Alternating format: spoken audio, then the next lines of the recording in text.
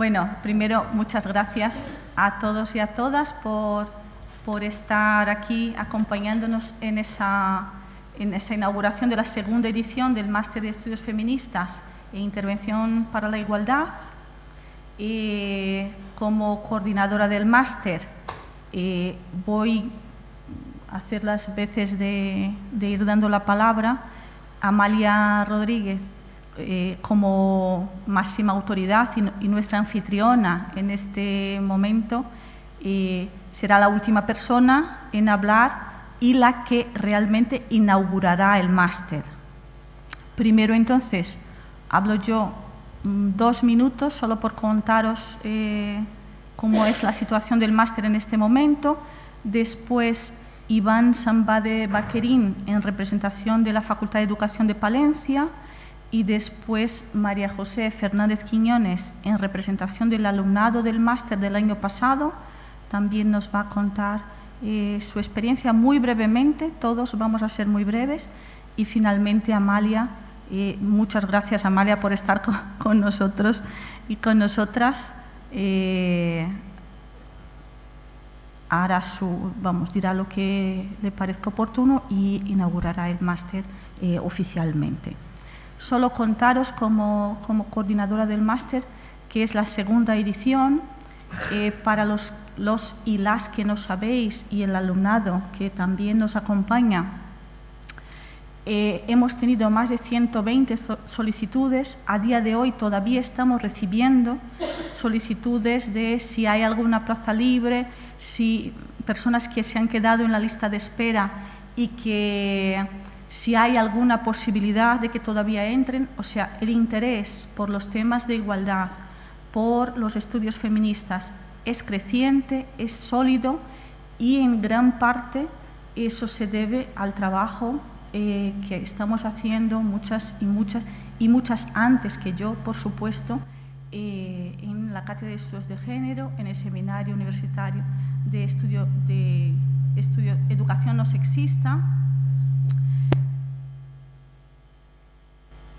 Bueno, y tenemos el grupo completo, tenemos las 30 estudiantes, los y las estudiantes en el grupo, y las clases empezaron el lunes pasado con la asignatura Teoría y Prácticas Feministas con las profesoras Angélica Velasco y Alicia Puleo.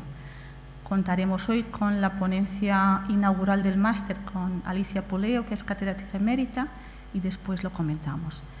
Yo solo agradecer la colaboración del profesorado, el interés del alumnado. Yo creo que hemos tenido la primera edición el año pasado, un grupo también de lujo muy implicado, como veréis a continuación. Y paso la palabra al vicedecano de Ordenación Académica de la Facultad de Educación, para que, en representación de la Facultad de Educación de Palencia, nos dé la bienvenida. Bueno, hola, buenas tardes a todos, a todas. A mí, en primer lugar, me gustaría excusar la ausencia de Alicia Peñalba Citores, la decana de la Facultad de Educación de Palencia, y luego señalar pues, que simultáneamente estoy alegre, ¿no?, de representar a la facultad en esta inauguración de la segunda edición del Máster de Estudios Feministas e Intervención para la Igualdad. ¿Por qué? Porque, paradójicamente, mi vinculación con la Facultad de Educación de Palencia a lo largo de muchos años ha sido exclusivamente a través de la Cátedra de Estudios de Género. Es decir, estaba adscrito a otro centro y desde el 2007, que comencé mi tesis doctoral bajo la dirección de Alicia Puleo, catedrática en Filosofía Moral y Política y profesora emérita de esta universidad, entré a formar parte de la cátedra. Por lo tanto, puedo dar cuenta personalmente del trabajo serio, riguroso científicamente y continuado que se ha hecho en esta cátedra a la hora de implementar los diferentes títulos de posgrado hasta llegar a este máster de Estudios Feministas e Intervención para la Igualdad. Y bueno, como me ha pedido Fátima que no me extendiera mucho, voy a comentar brevemente algunas de las virtudes que también en mi doble condición de profesor de este máster puedo atestiguar, ¿no? La primera, y es evidente, es que este máster tiene un corpus teórico socialmente implicado, un corpus teórico que está dispuesto para el debate público en aras de la democratización social de nuestra sociedad, valga la redundancia. Una democratización que no es posible sin la igualdad plena, no solo de derechos y oportunidades, sino también la igualdad material y social entre hombres y mujeres. La segunda virtud que yo destacaría es que el profesorado de este máster está compuesto por expertas en sus disciplinas y diferentes áreas de conocimiento en su intersección con la teoría feminista. Es decir, que es un máster con un talante claramente interdisciplinar. Y esta es una virtud que se adecúa a los objetivos de la educación universitaria, uno de los objetivos de la universidad, que es producir un conocimiento vivo, dinámico, socialmente transformador y objetivo de acuerdo a los estándares científicos. Un máster con estas características no puede sino impartir su docencia a través de una didáctica innovadora, y esta sería la tercera virtud que me gustaría destacar. Y para finalizar, como el alumnado y el profesorado aquí presente ya conoce, el máster tiene también la virtud de tener una doble línea profesionalizante, tanto en investigación como en intervención para la igualdad. Bueno, en resumidas cuentas, entiendo que este máster es un máster sólido teóricamente, social y democráticamente implicado y además con una notable proyección profesional. Por lo tanto, entiendo y reitero que para mí es un placer formar parte de este acto de bienvenida de la segunda edición del máster.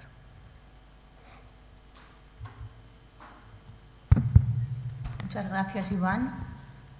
Paso la palabra a María José Fernández Quiñones, que es miembro del comité académico del máster como educadora social y formada en los temas de género también y egresada de nuestra última edición. Bueno, me pedía Fátima que compartiera un poquito cuál ha sido mi experiencia en el máster. Y bueno, pues como en este sumar voces y sumar diversidad, pues yo quería compartirla de una manera distinta y traer también aquí las voces de mis compañeras de otra manera. Quizá un poco lo que yo me encontré al llegar a este mundo fue como con un ovillo.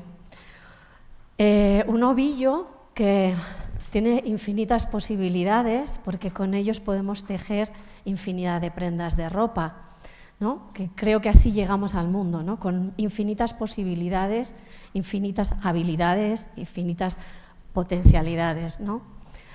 Pero luego, a medida que fui creciendo, yo me encontré con que mi ovillo no estaba para nada desenredado.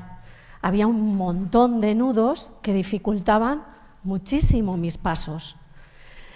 Esos nudos que tejían, que había tejido el patriarcado y que nos limitaban a las mujeres de alguna manera. Bueno, nos limitaban en muchas cosas y aparte nos hacían... bueno, he elegido este ovillo rojo porque está teñido con todas esas violencias, con todos esos zarpazos que el sistema patriarcal ha puesto sobre nosotras. Sí que quería, gracias al posgrado que inicié allá por el 2005, también de vuestra mano, de las que estáis aquí, de Fátima, yo me encontré con algunas claves, ¿verdad? Algunas claves que me enseñaron a mirar de otra manera, que me enseñaron la importancia de ver más allá de lo que nos está presentando el mundo, y con él empecé a desenredar este ovillo y a tejer nuevas posibilidades en mi vida. En esas posibilidades aprendí a descubrirme a mí misma, aprendí a descubrir discursos que habían sido silenciados de mujeres a lo largo de la historia, de de muchas mujeres que habían sido silenciadas, pero también del silencio de mi propia voz, ¿no? Entonces fui adquiriendo como la fuerza que me daba esas claves que había aprendido de vuestra mano, en la literatura, en las artes, unas nuevas miradas. Y eso me ayudó a llegar hasta hace el año pasado, en el que me di cuenta de que las violencias seguían existiendo, en que hemos dado muchos pasos, hemos logrado muchas cosas, hemos desenredado millones de nudos, pero hay otros que todavía persisten. Y entonces me di cuenta de que era hora de profundizar más aún y de seguir creciendo en ese conocimiento para lograr la igualdad. Y lo primero que me encontré al llegar al máster, quizá, fue que no estaba sola, que somos muchas personas las que luchamos, las que seguimos creyendo, las que seguimos preguntándonos qué está pasando, cuáles son las razones para que esto siga continuando. Y entonces me di cuenta que es una de las cosas que comparten mis compañeras, que ha sido todo una experiencia en nuestro año, que ha caracterizado el grupo y el máster, que nos tendisteis una red de sororidad, una red fuerte para sostenernos y para seguir caminando. Hubo, sin duda, muchísimo aprendizaje, muchísimo. Hemos aprendido de las ciencias, de las mujeres en las ciencias, hemos aprendido de las mujeres en la literatura, de los discursos, de las teorías feministas. Hemos aprendido desde una interdisciplinaridad que nos ha permitido descubrir distintas miradas. Sin lugar a dudas, otra de las cosas que han marcado el máster el año pasado ha sido ese espacio que creasteis y que juntas creamos para la participación. Porque una comunidad que no participa realmente no es una comunidad. Y eso fue fundamental para seguir creciendo y para seguir entendiéndonos. ¿Qué duda cabe que no hay avance si no hay reflexión? Así que juntas hemos reflexionado y nos hemos llenado con las voces, escuchando las voces y las realidades distintas. Otra de las cosas que nos hemos quedado es con ese compartir experiencias, compartir recursos, compartir fuerzas, compartir libertades, compartir esperanzas también.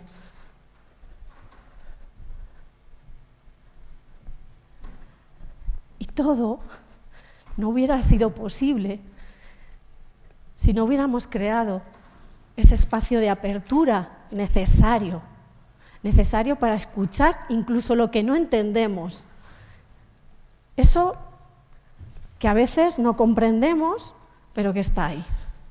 Y que solo el tener abierto el foco, abierta la mirada, nos permite avanzar.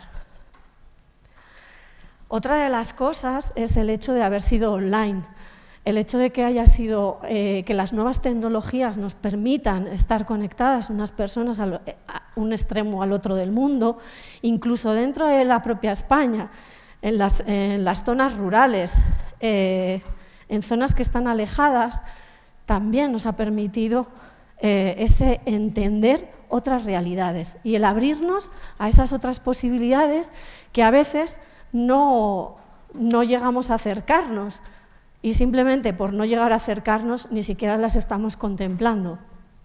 Eso nos ha permitido sumar todas esas realidades. Como os decía, a mí esto me llena mucho de esperanza, porque veo que seguimos trabajando, que han sido muchos pasos, que todavía queda por hacer, sí, claro que sí, pero ahí estamos, avanzando.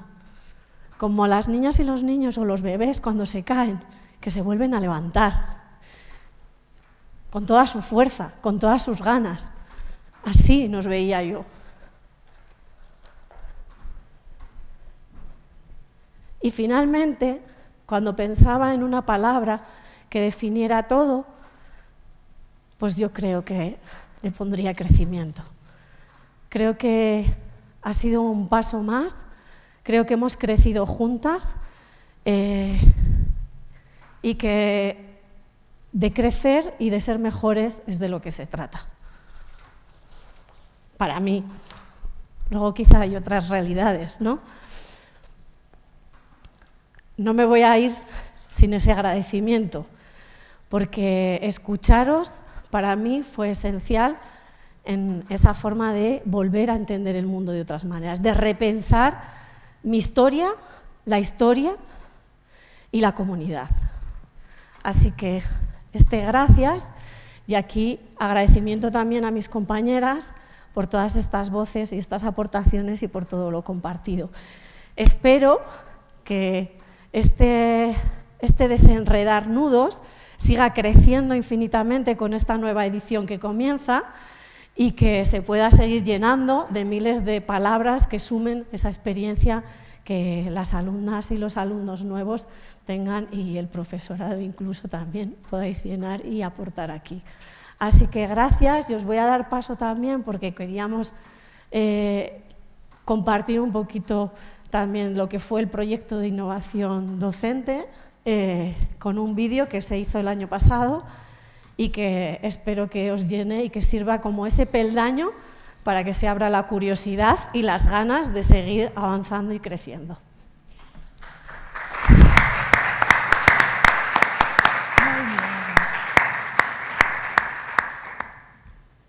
Bueno, queríamos poneros el vídeo que crearon las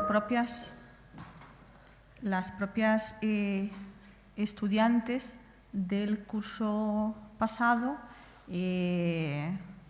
con el proyecto de innovación docente que tuvimos y que seguimos trabajando en ello.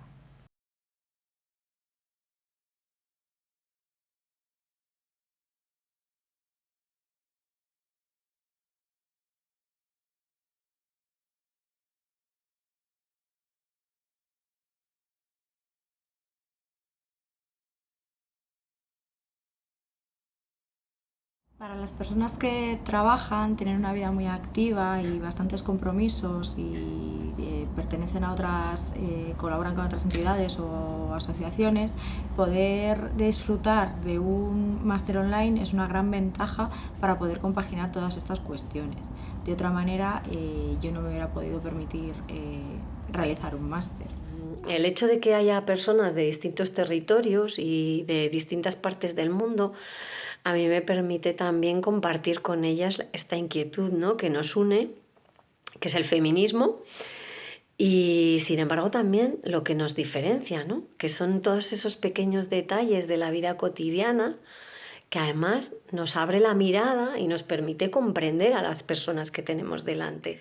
En mi caso, el máster online de estudios feministas e intervención para la igualdad me ha permitido acabar con una barrera que en muchos casos es complicada, ya que el desplazamiento desde el medio rural pues no siempre es fácil. Además, el trabajar con mis compañeras me ha permitido abrirme a otros discursos y generar un pensamiento crítico. Este máster me está aportando estos contenidos de calidad y además una red de compañeras que nos relacionamos desde la sororidad, ya que estamos atravesadas totalmente por el material que estamos viendo y del que estamos aprendiendo. Al final, este máster ya me está sirviendo para seguir tomando conciencia de que la opresión y la discriminación hacia las mujeres, a pesar de que las violencias vayan cambiando de forma, todavía están ahí y tenemos que saber identificarlas. Este máster en feminismos y géneros me ha aportado una nueva perspectiva de ver las cosas y para atender a mis pacientes ahora soy capaz de observar actitudes y comportamientos en los que antes no reparaba. Este máster transversal e interdisciplinar aporta las herramientas necesarias para comprender mejor la situación real de la mujer en estos tiempos convulsos que vivimos, al tiempo de engrandecer nuestra perspectiva, proporcionando una visión más objetiva y cualificada de la realidad social que nos rodea. Además de este máster me está aportando una base teórica muy sólida para poder defender bastantes argumentos y bueno, pues para poder realizar otro tipo de trabajos en mi día a día. Creo que es una experiencia única, sobre todo el poder participar de este proyecto de innovación docente, porque porque esto de aportar mi granito de arena, ¿no? Desde quien está al otro lado de la formación, desde ese lado de recibir los conocimientos, de explorar, de enriquecerse con todo eso que el profesorado está poniendo a nuestra disposición, pues creo que para mí es un lujo. Porque no me cabe ninguna duda de que esto me está haciendo crecer como profesional de la educación y además como persona. Sé que me queda mucho camino por recorrer, pero sé que es este el camino.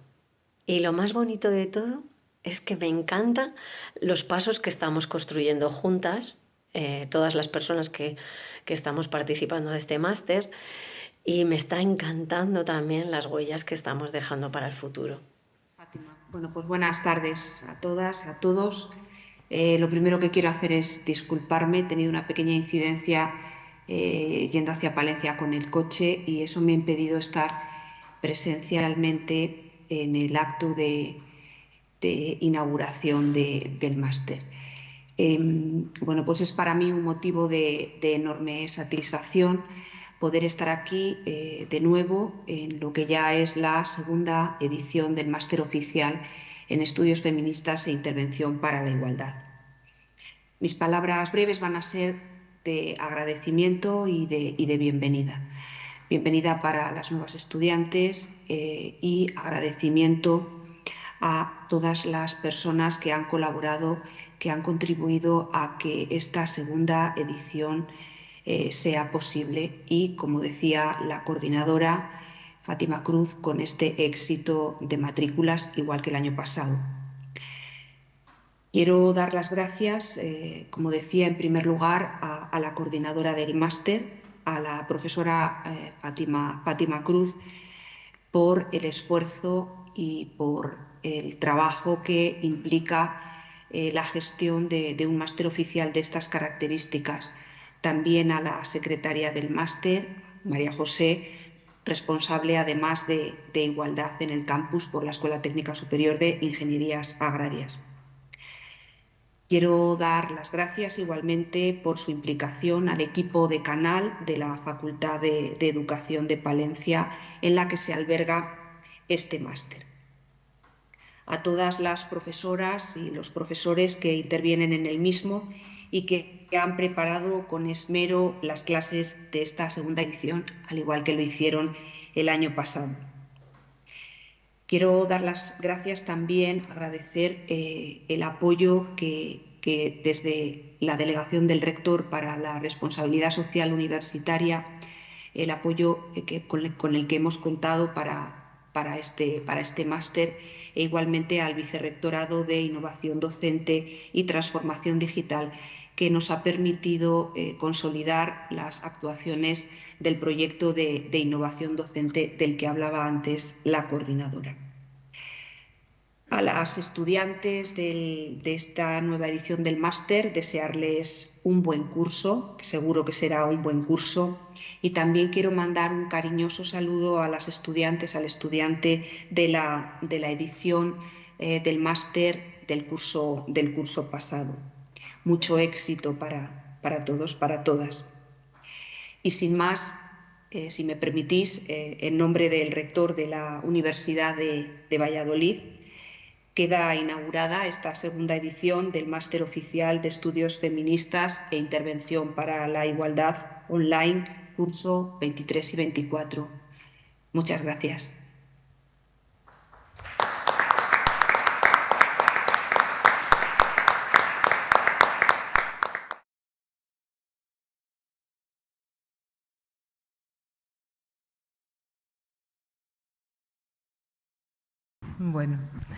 Bueno, buenas tardes. Quiero agradecer a las autoridades académicas, a la directora del máster, el poder estar aquí en una sesión híbrida y quiero agradecer también el que estéis aquí. Sé que toda la gente que está aquí es gente muy ocupada y que sin embargo está dedicando pues un momento a esta ponencia que voy a hacer sobre los orígenes del feminismo. Bueno, pues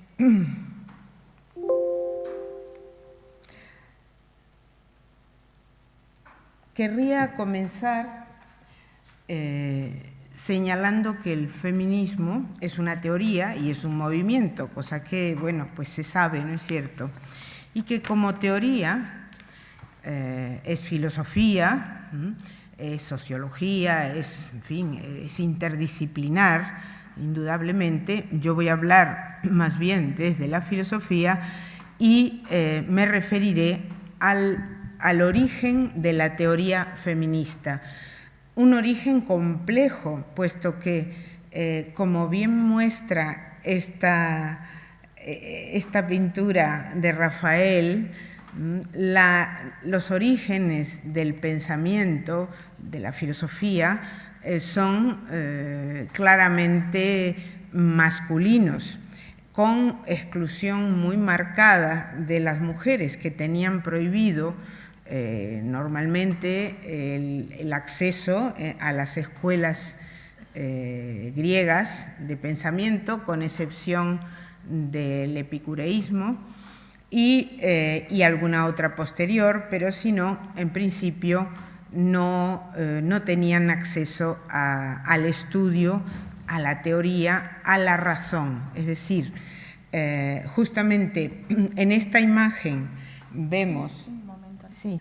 Bueno, pues en esta imagen vemos en el centro a Platón y Aristóteles llevando sus obras, el Timeo y la Ética.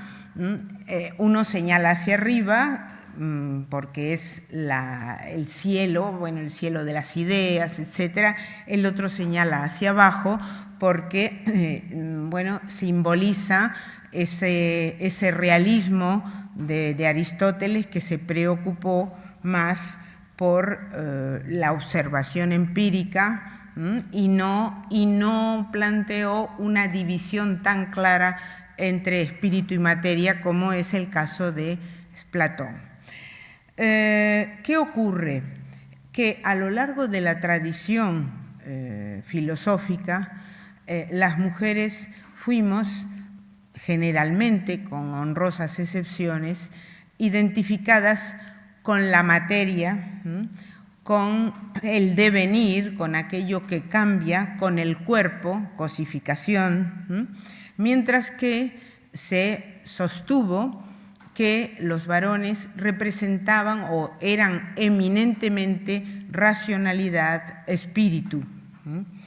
Esto lo tenemos, por ejemplo, en Platón, en el Timeo, en un párrafo en el que dice que, refiriéndose a la metempsicosis, ¿no?, hacia la transmigración de las almas, una idea que había tomado de Oriente, que los que son viciosos en el segundo nacimiento se convierten en mujeres, es decir, en algo inferior, o si siguen con su mala conducta, en animales, O sea que hay una jerarquización del ser y un dualismo muy fuerte.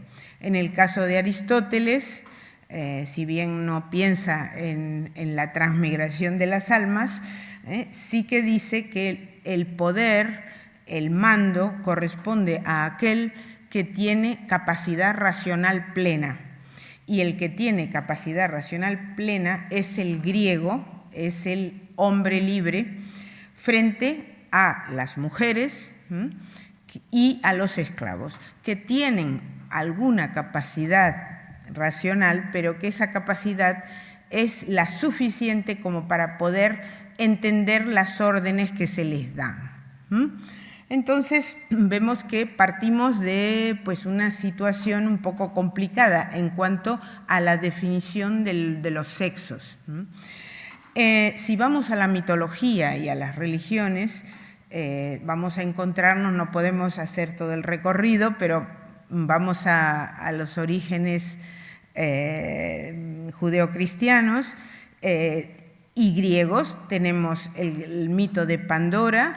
En el mundo griego, Pandora habría abierto la caja de los males del mundo. Es la culpable de haber desatado el mal en la tierra, es decir, las enfermedades, la crueldad, la muerte, en fin.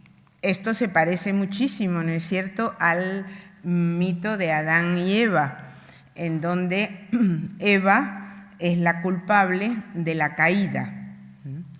Vamos a ver que en los orígenes del feminismo el tema de la caída y de quién tuvo la culpa de la caída es muy importante.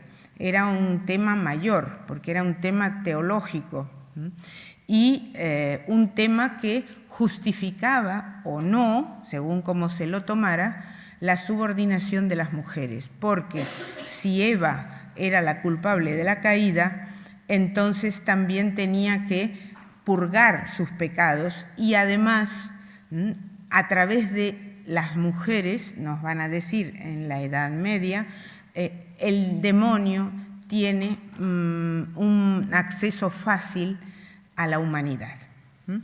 Entonces, vemos un poco el panorama del que partimos.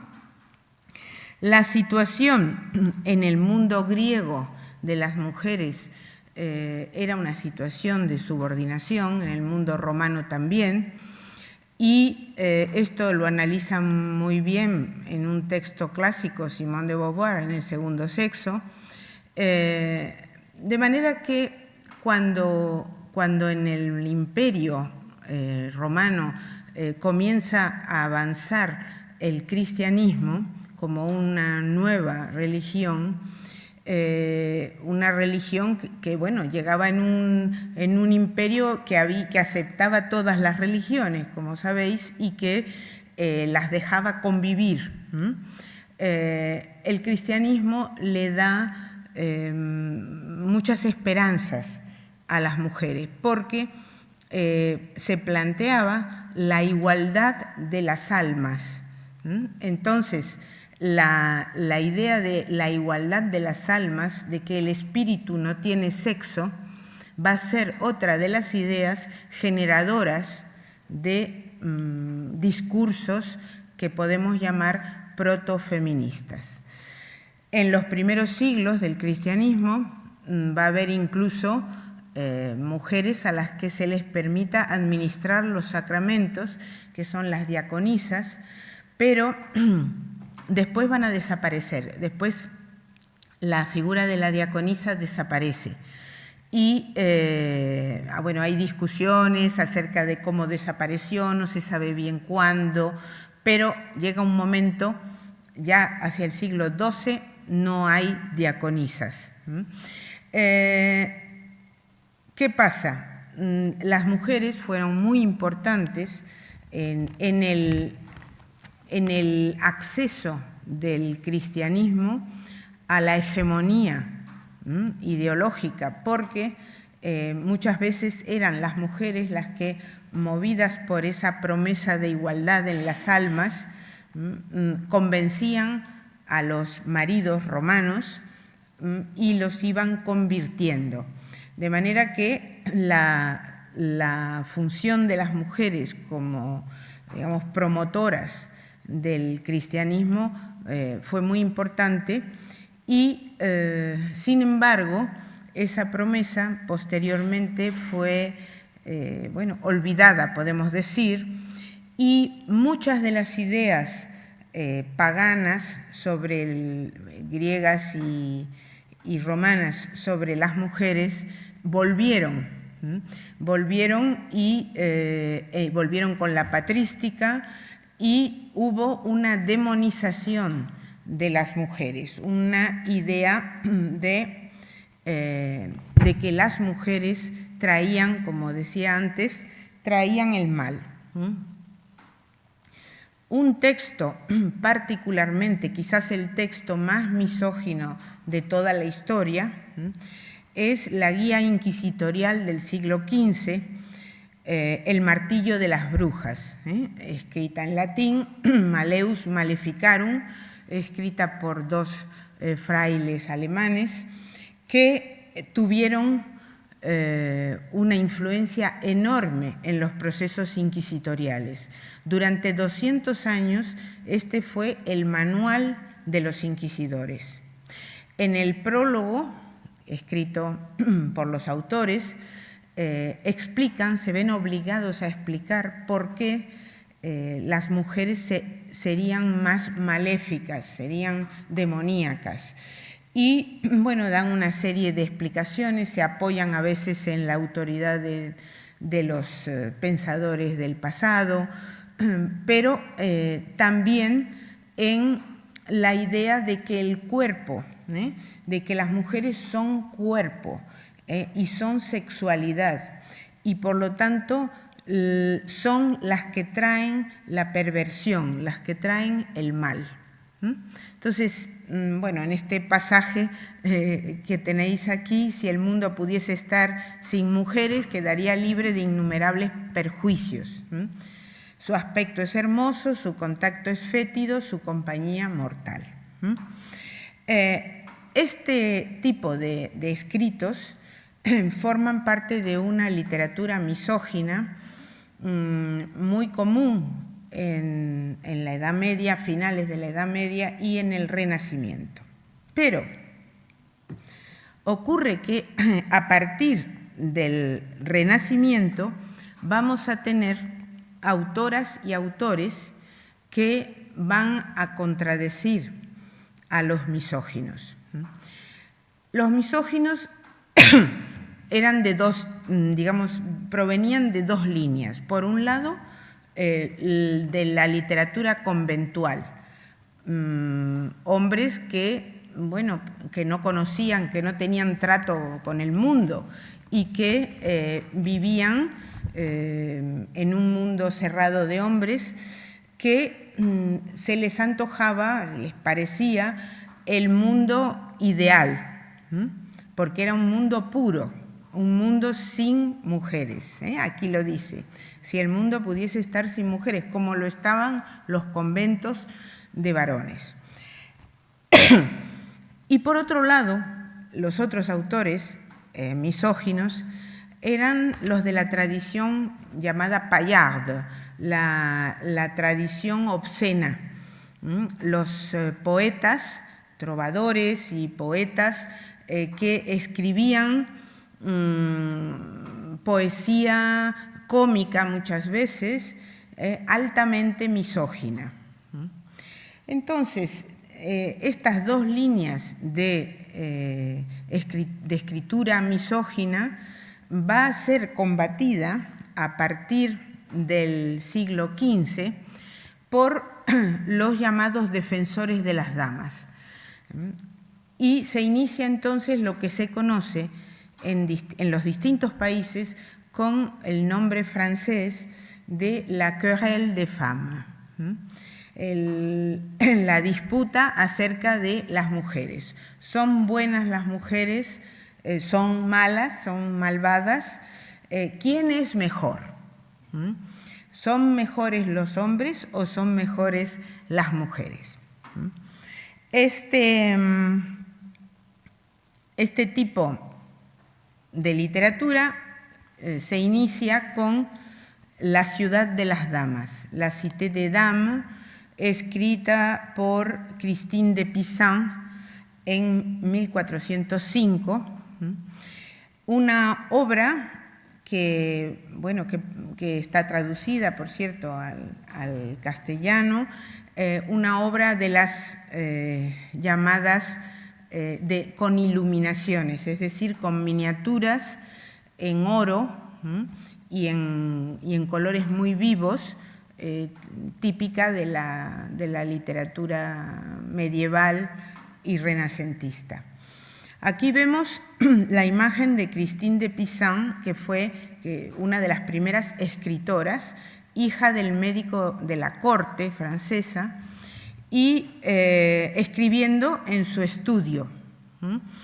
Y a la derecha vemos una de las representaciones que tiene el propio libro, Cité des Dames, que es la imagen de las mujeres construyendo una fortaleza. ¿Por qué una fortaleza?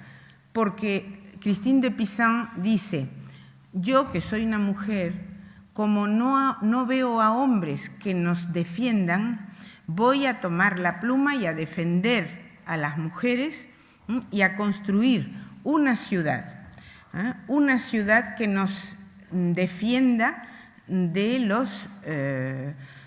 las mentiras, de todo lo que se dice acerca de las mujeres y que se dice, digamos, basándose en auténticas falsedades.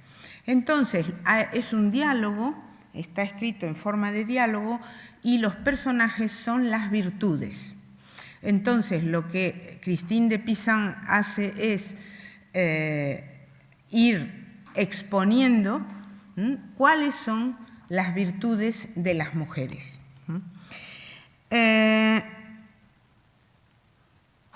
Los hombres, dice, y las mujeres deben servir a Dios de diferentes maneras. O sea que en Christine de Pizan no vamos a encontrar una reivindicación de la igualdad, no es eso. Lo que encontramos es una petición de respeto. Frente a todos los insultos, frente a todo lo que la literatura misógina decía de las mujeres, Christine de Pizan dice, no, hay mujeres virtuosas, hay mujeres que son muy hábiles también, incluso escribiendo, incluso estudiando, pero no va a reivindicar la igualdad. Y esto, volveré sobre el asunto, pero quiero que ya vayáis viendo que la teoría feminista, podemos decir que tiene como dos períodos en sus orígenes.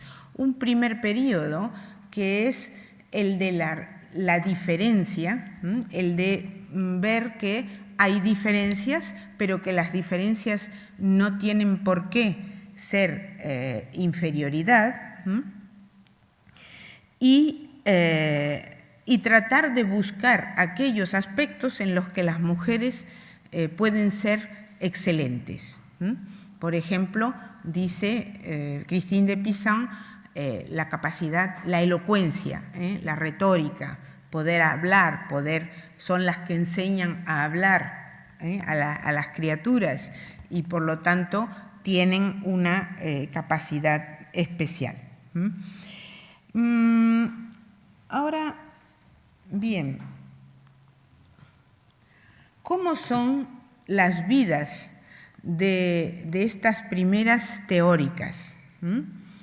Tenemos que decir que en el 480, es decir, el siglo XV italiano, vamos a encontrar muchas mujeres ilustres, muy cultivadas, mujeres que van a escribir y que por su alta alcurnia en general o por pertenecer muchas veces a las familias de los médicos de la corte, como el caso de Christine de Pizan, tienen acceso al conocimiento.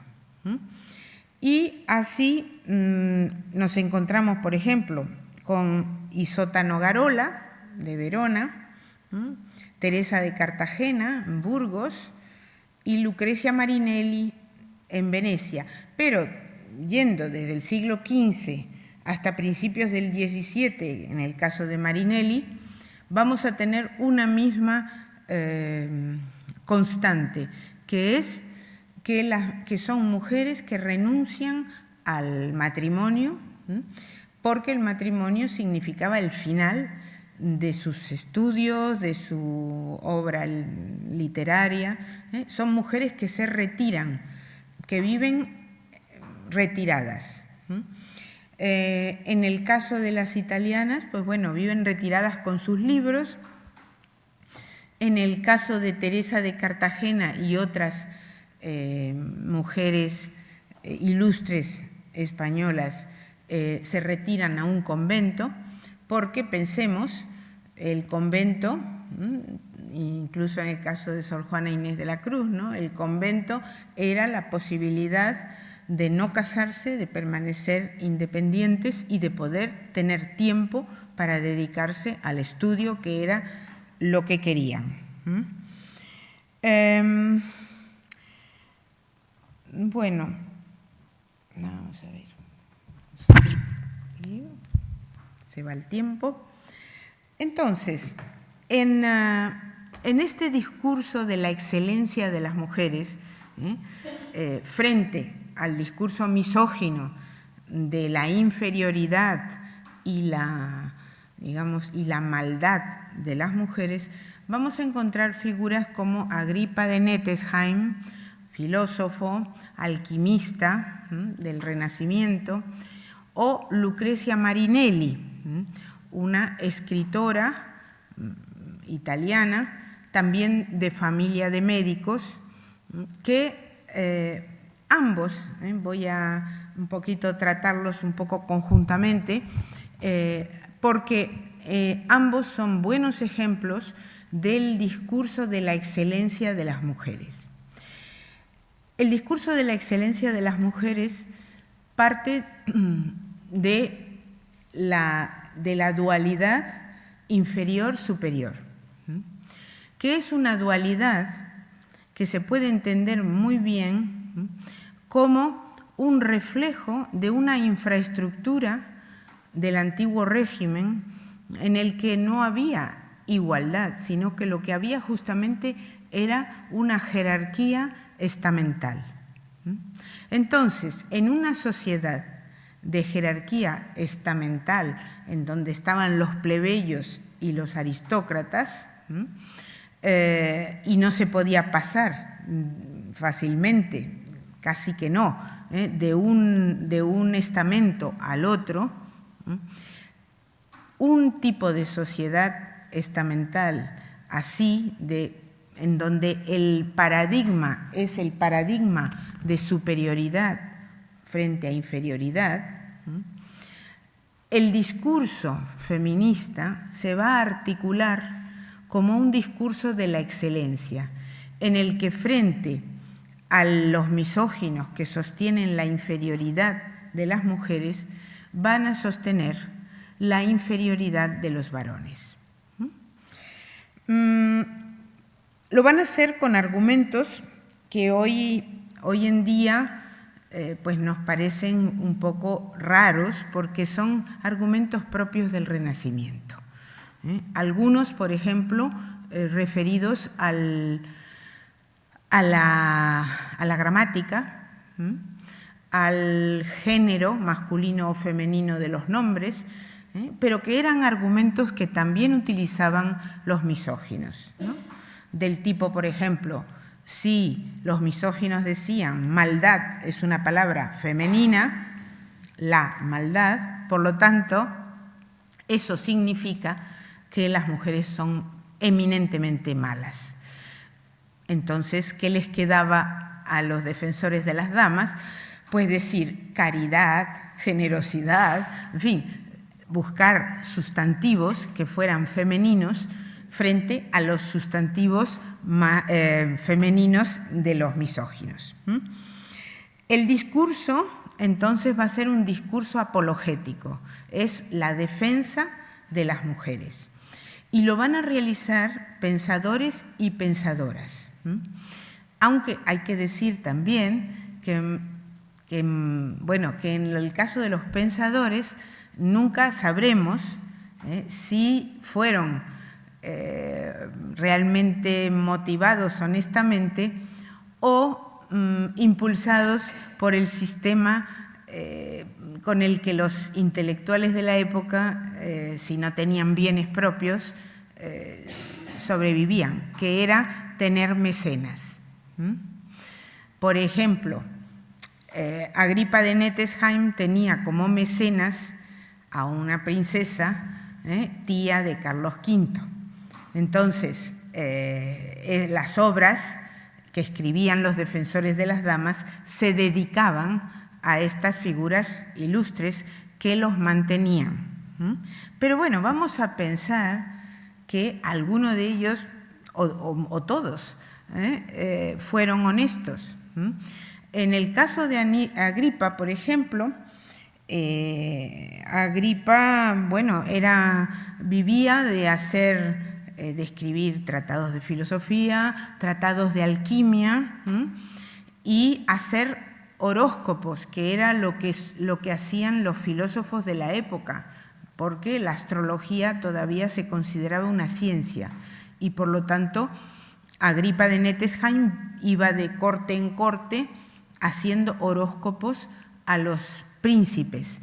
Los príncipes solían consultar a este tipo de filósofos, por ejemplo, antes de iniciar una guerra. ¿Debo iniciar esta guerra o me va a ir mal? Bueno, entonces, él decía que Agripa de Nettesheim en 1519, por ejemplo, defendió, frente al inquisidor Sabini, defendió a una labriega, a una campesina, y la salvó de la hoguera, con lo cual podemos ver que su obra sobre la excelencia de las damas, que es una obra justamente escrita contra los argumentos inquisitoriales, pues también tuvo su traducción en la realidad no de las damas ilustres, sino también de las campesinas que estaban siendo perseguidas. Entonces, ¿cuáles son? Bueno, no hace falta comentar, ¿no es cierto?, en la obra de Lucrecia Marinelli el título lo dice todo, ¿no? Nobleza y excelencia de las mujeres y defectos y vicios de los hombres. O sea, está clarísimo cuál es el eje de la obra. Entonces, ¿qué va a sostener, por ejemplo, Agripa? Agripa va a sostener que hombres y mujeres son iguales por el alma, pero las mujeres son superiores en todo lo demás. ¿Por qué? ¿Qué argumentos utiliza? Por ejemplo, argumentos teológicos. Dice, en el orden de la creación, Dios fue creando el mundo, el universo, desde lo más indiferenciado a lo más elevado. ¿Y qué fue lo que creó en último lugar? Pues creó a la mujer, ¿no? De la costilla de Adán. Bien. Por otro lado, la materia de la que creó Dios a la mujer era una materia superior, dice, a la que se usó para Adán, porque Adán fue creado del barro, nos dice la Biblia, mientras que Eva fue creada de la materia viva y consciente, que era ya Adán. Invierte los argumentos tradicionales de los misóginos. Esto ya lo había hecho Isota Nogarola. Por ejemplo, Isota Nogarola tomaba el problema de la caída y sostenía frente a los misóginos que Dios le había dado la orden de no comer del árbol del bien y del mal solo a Adán.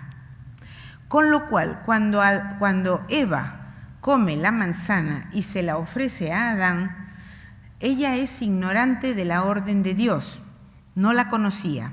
Por lo tanto, la culpa solo es de Adán, que es el único que sabía que Dios no quería que comieran del árbol del bien y del mal.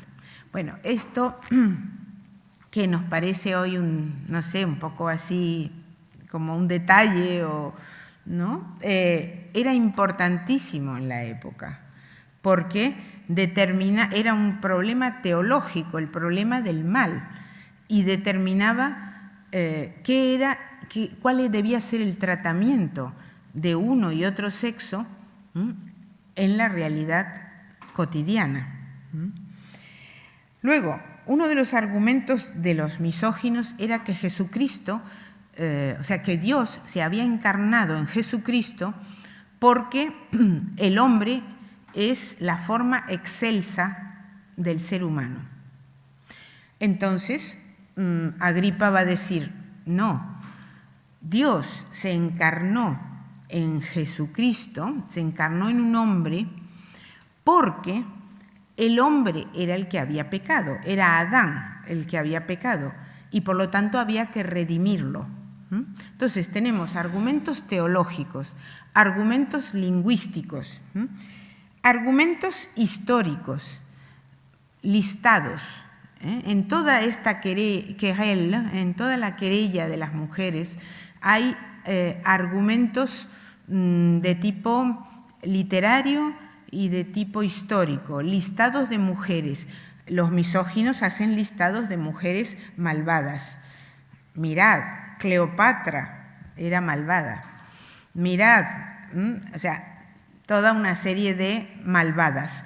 Y entonces los defensores de las damas hacen lo mismo, pero con las mujeres virtuosas de la Biblia o con las diosas o, en fin, las mujeres míticas de la tradición griega. Entonces, tenemos esos argumentos, tenemos también argumentos mágicos, porque la magia, la alquimia, era fundamental todavía en esa época. Entonces, por ejemplo, Agripa sostiene que la leche materna tiene propiedades mágicas o que la sangre menstrual tiene propiedades mágicas. Y, por cierto, un argumento muy importante en todos y todas las defensoras de las damas es la idea de virtudes naturales femeninas. El pudor, la ternura, la compasión, la habilidad en la medicina. ¿Por qué?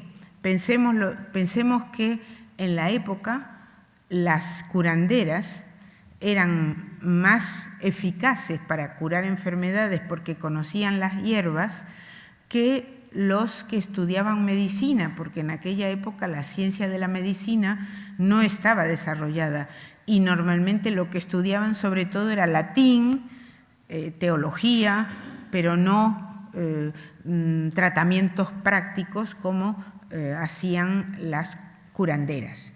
Y de ahí que justamente una de las hipótesis sobre los feminicidios de la inquisitoriales y calvinistas, etcétera, es que fue instigado por las academias, por las universidades, por los cuerpos que se estaban formando ya de médicos y que veían que sus clientes se les iban porque eran más eficaces las curanderas que el saber que ellos tenían, que era en la época muy, muy reducido.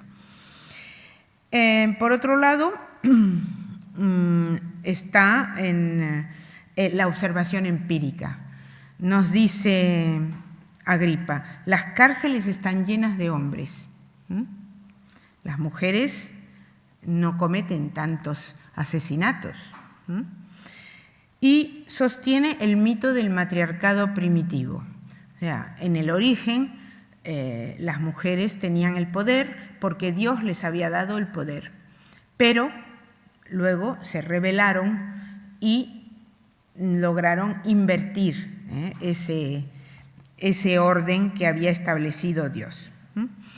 Bueno, como veis entonces tenemos una serie de argumentos que vamos a encontrar en casi toda la literatura de defensa de las mujeres de esa época.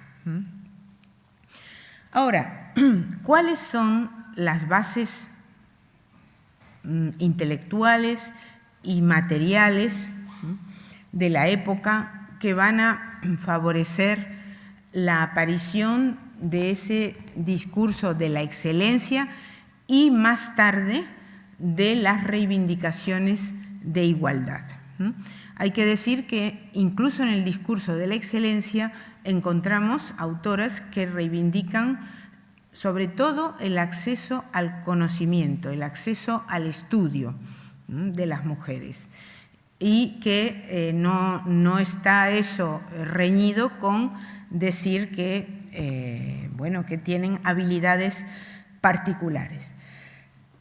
En primer lugar, tenemos que decir que hay un desarrollo del comercio y de la burguesía en el Renacimiento y que estamos, digamos, asistiendo a lo que algunos historiadores han considerado que son los orígenes del capitalismo moderno, el desarrollo de una clase burguesa, poco a poco, minoritaria, pero que empieza a tener poder económico.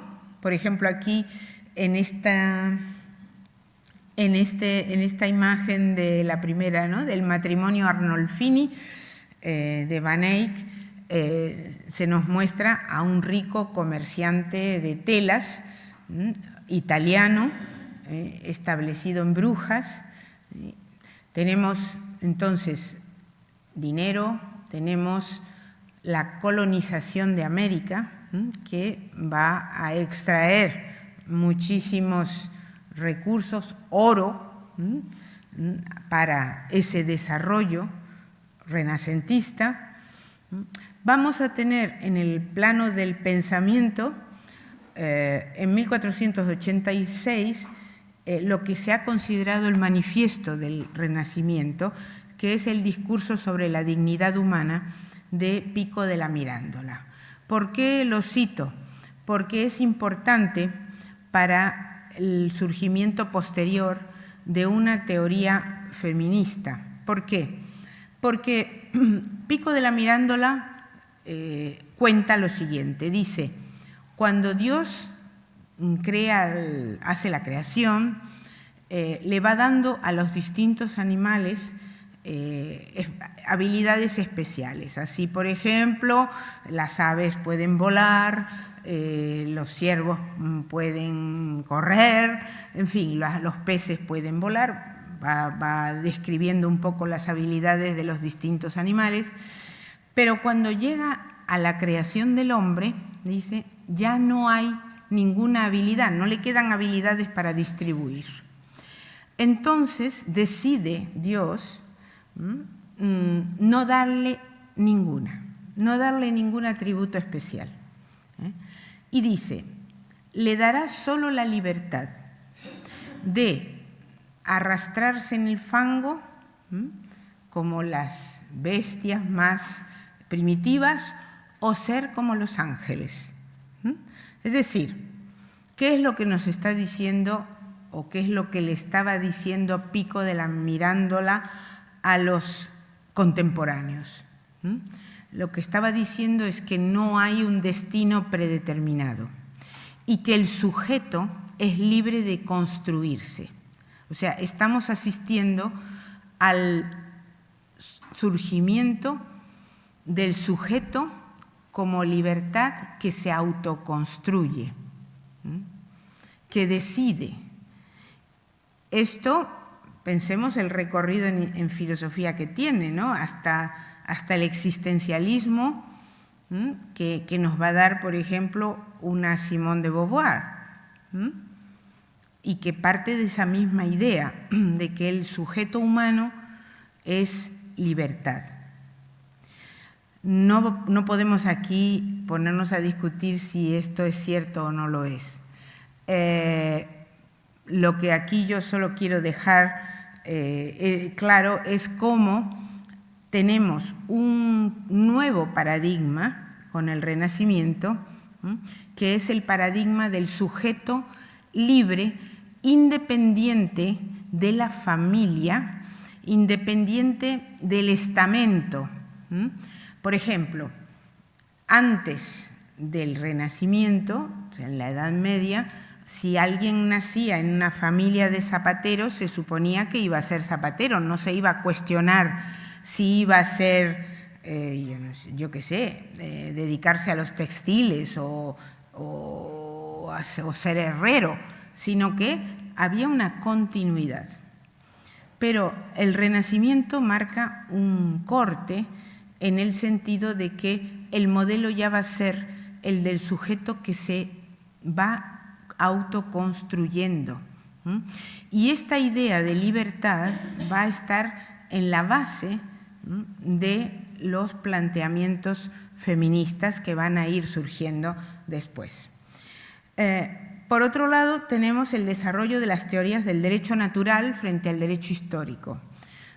El pionero es Francisco de Vitoria, catedrático de la Universidad de Salamanca, teólogo, que va a desarrollar las ideas del derecho natural, que después va a tomar, por ejemplo, un filósofo como Grocio, más tarde.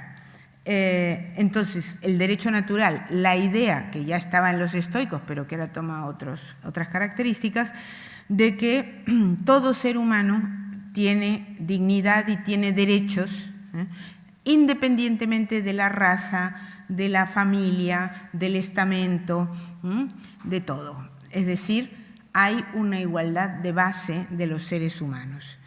Por eso, por ejemplo, Francisco de Vitoria va a condenar las formas que toma la colonización frente a los pueblos indígenas, porque el derecho natural se opone, es algo inherente, en la teoría del derecho natural, es algo con lo que nacemos, no un desarrollo histórico. Los aristócratas se basaban en el derecho histórico, es decir, yo soy de sangre azul porque mis abuelos o mis tatarabuelos lucharon, por ejemplo, y ganaron la lucha, ¿no? O sea, hicieron tales acciones heroicas en este territorio y por lo tanto yo tengo el derecho de cuna, es un derecho histórico. El derecho natural frente al derecho histórico es el contexto también en el cual se va a desarrollar la teoría feminista. Y otro elemento importante es el de la Reforma protestante, porque la Reforma protestante va a introducir la idea de que todo cristiano puede tener contacto directo con Dios y que por lo tanto, bueno, es la idea del sacerdocio universal de los creyentes. No necesito mediadores. Es una crítica que Lutero con sus 95 tesis contra las indulgencias hacía a la iglesia de la época, que vendía indulgencias. Si yo había pecado y pagaba, se me perdonaban los pecados. Este problema, digamos, el problema de las indulgencias, fue lo que desencadenó la Reforma protestante, que rechazaba la posibilidad de que se pudiera pagar para que Dios perdonara los pecados. Pero aparte de esto está la idea de que todo creyente puede tener contacto con Dios, que no se necesita una mediación. Y la idea de que las mujeres no son necesariamente demoníacas, sino que vamos a tener un nuevo modelo que es el de la esposa colaboradora. La Reforma protestante introduce la idea de la esposa colaboradora, que es la esposa que ayuda al hombre a tener ese acceso a Dios.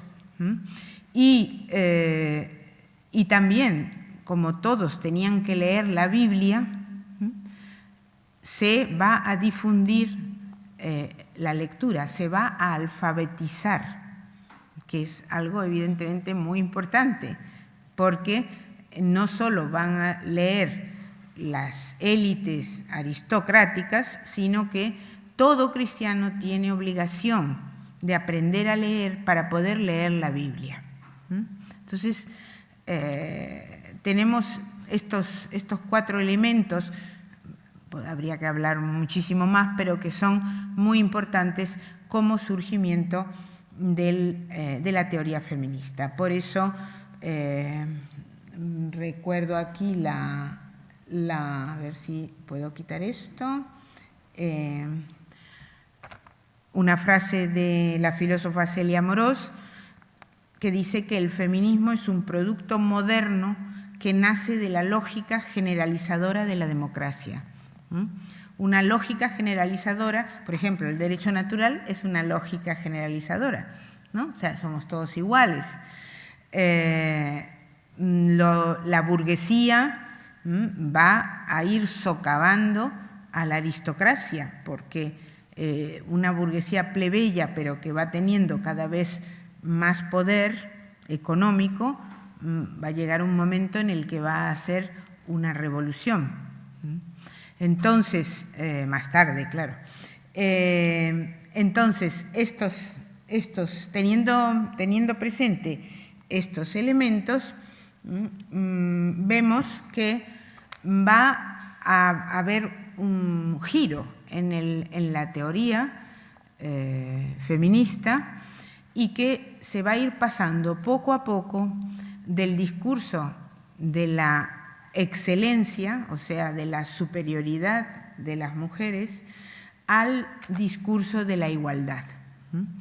Y así tenemos, por ejemplo, a Marie de Gournay, hija espiritual, hija adoptiva de Montaigne, del filósofo Montaigne, que se hacía llamar demoiselle, señorita, como una forma de reivindicar su soltería, que era, hasta ese momento, había sido un descrédito, y sin embargo, ella ya en el siglo XVII comienza a poder estar en el mundo, digamos, a asistir a los salones literarios, conocer pues a los intelectuales de la época, como Montaigne, y ser reconocida como algo muy raro,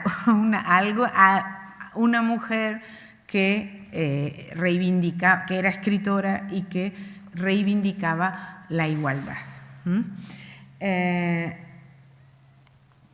También tenemos, un poco más tarde, al filósofo cartesiano, Poulain de la Barre, que va a escribir también sobre la igualdad entre los sexos.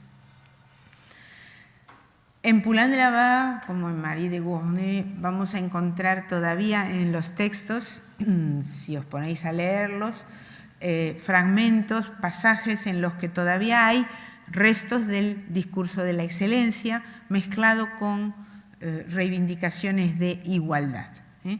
Y la igualdad que se reivindica es la igualdad en la razón, en la capacidad de razonar.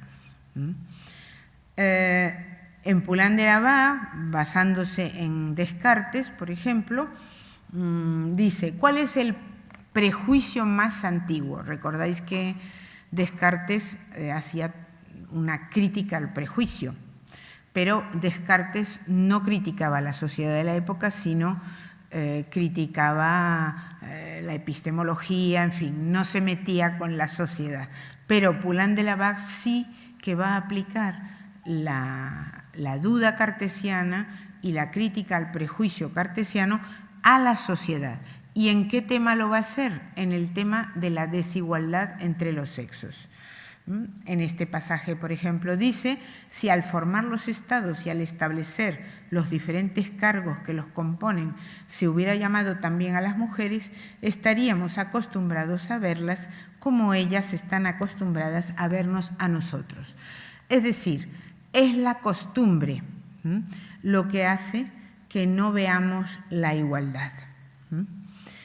Y aquí ya tenemos el giro, ¿no?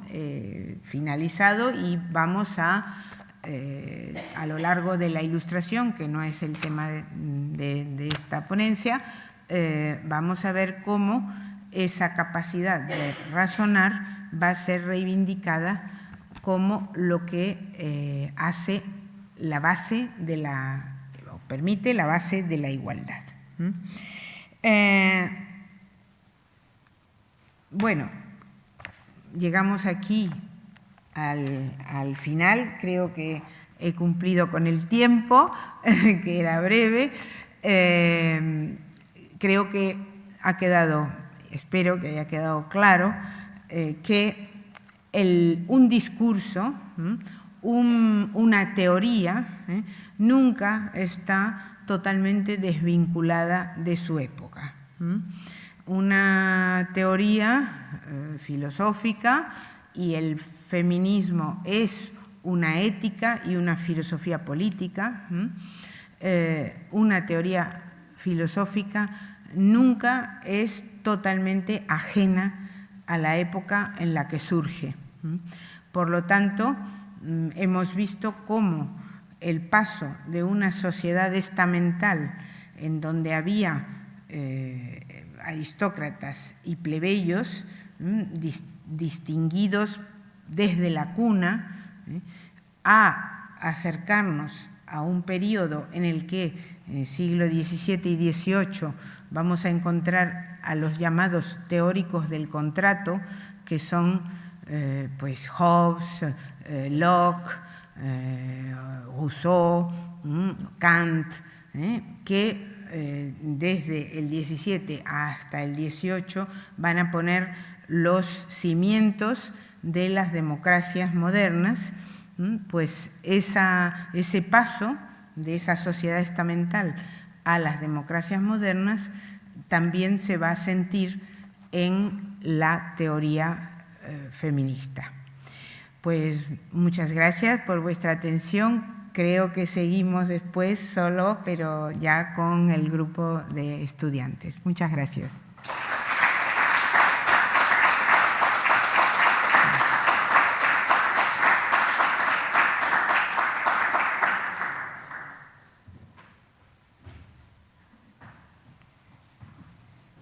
¿Cómo hacemos?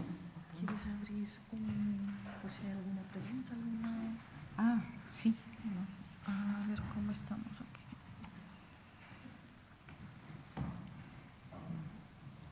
Sí, abre antes de que sí. se vaya. No sé si queréis hacer alguna pregunta, comentar. Dejo de compartir aquí y abro también para las compañeras a través del chat, si queréis, las que estáis fuera.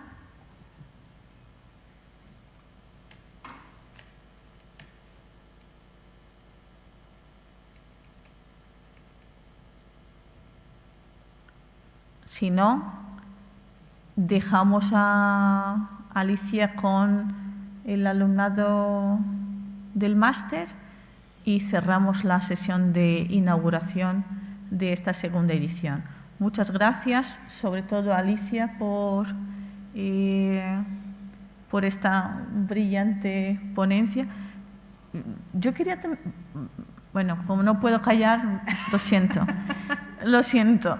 Pero yo sí tenía una pregunta porque estaba pensando, comentas lo del contexto histórico, pero la verdad, a mí la sensación de tu ponencia es cómo el discurso se va desarrollando a lo largo de la historia, ¿no?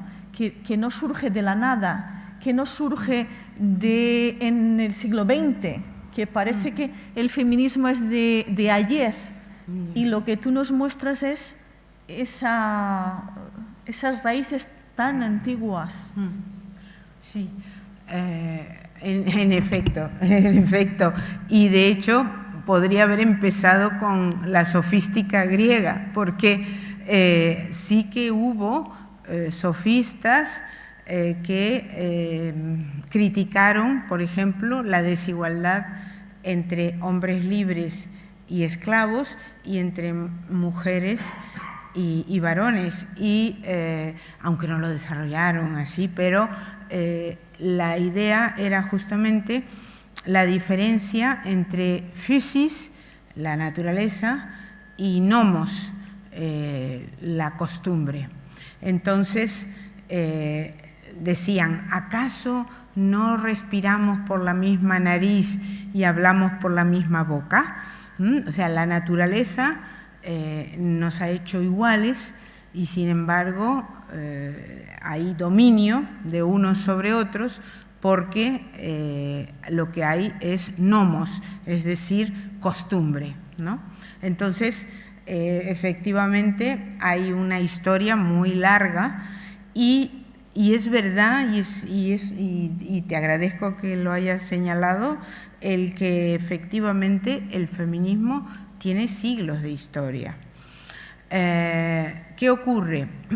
Que, bueno, podemos decir que escritura feminista, reivindicaciones seguramente que hubo muchísimas y las hemos perdido, no se han recogido, pero reivindicaciones en los hechos, en las acciones, pero resistencias, pero escritura, sí que el Renacimiento es un momento de inicio y la modernidad que a veces en estos tiempos es muy criticada y devaluada y parece que todo lo malo, absolutamente todo lo malo ha surgido de la modernidad.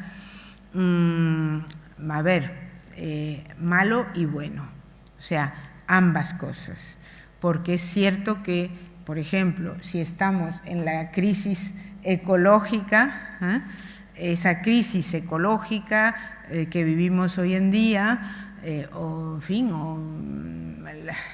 todo lo que así, las polarizaciones políticas, norte-sur, global, ¿no? La subordinación del sur frente al norte, etcétera. Hay muchas cosas que surgieron, que se fueron gestando en esa modernidad, por supuesto, pero también hubo ideas positivas y emancipatorias.